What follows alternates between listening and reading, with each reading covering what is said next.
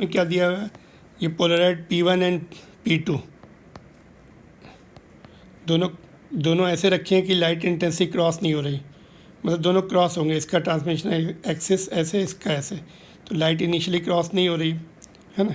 उसके बाद ये थर्ड पोलराइड P3 किस एंगल पे रखें P2 के साथ कि मैक्सिमम इंटेंसिटी क्रॉस हो, मेलस लॉ लगेगा इसमें।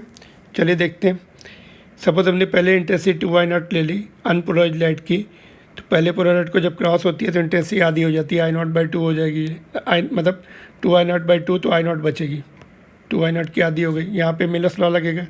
मेलस लॉ क्या बोलता है, cos स्क्वायर थीटा की इंटेंसिटी क्रॉस होगी, जितनी पोलराइज लाइट आ रही है उतनी इंटू cos स्क्वायर थीटा का कंपोनेंट हो जाएगा उसका, ठीक है। ये तो ये एंगल थीटा है, फर्स्ट एंड सेकंड वाले के साथ सपोज उसने थीटा बनाया है ना।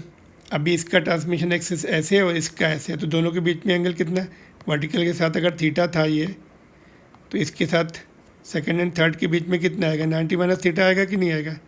तो अभी इंटेंसिटी कितनी क्रॉस होगी, इंटेंसिटी क्रॉसिंग, फाइनल इंटेंसिटी कितनी होगी, कितनी इंटेंसिटी पड़ रही है वो लिखेंगे पहले, I0 cos स्क्वायर थीटा, और अभी इन दोनों के बीच का एंगल इसका और इसका 90 माइनस थीटा, उसका cos स्क्वायर, ठीक है।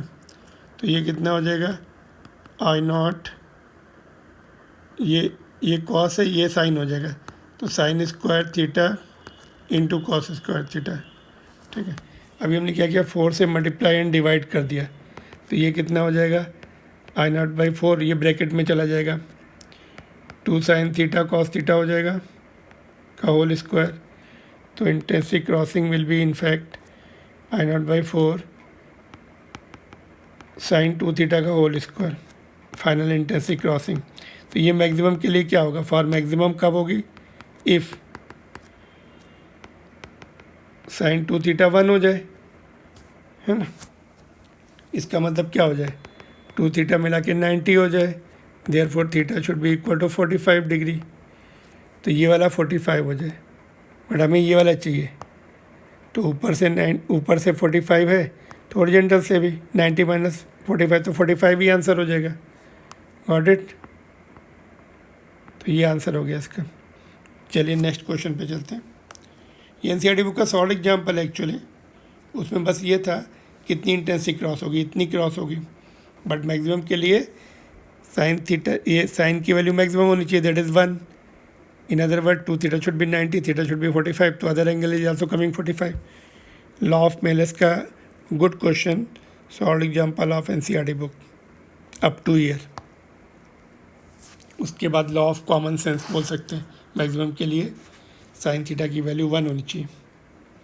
चलिए नेक्स्ट क्वेश्चन पे चलते हैं अभी। Hope it is clear, if yes please like it and subscribe it.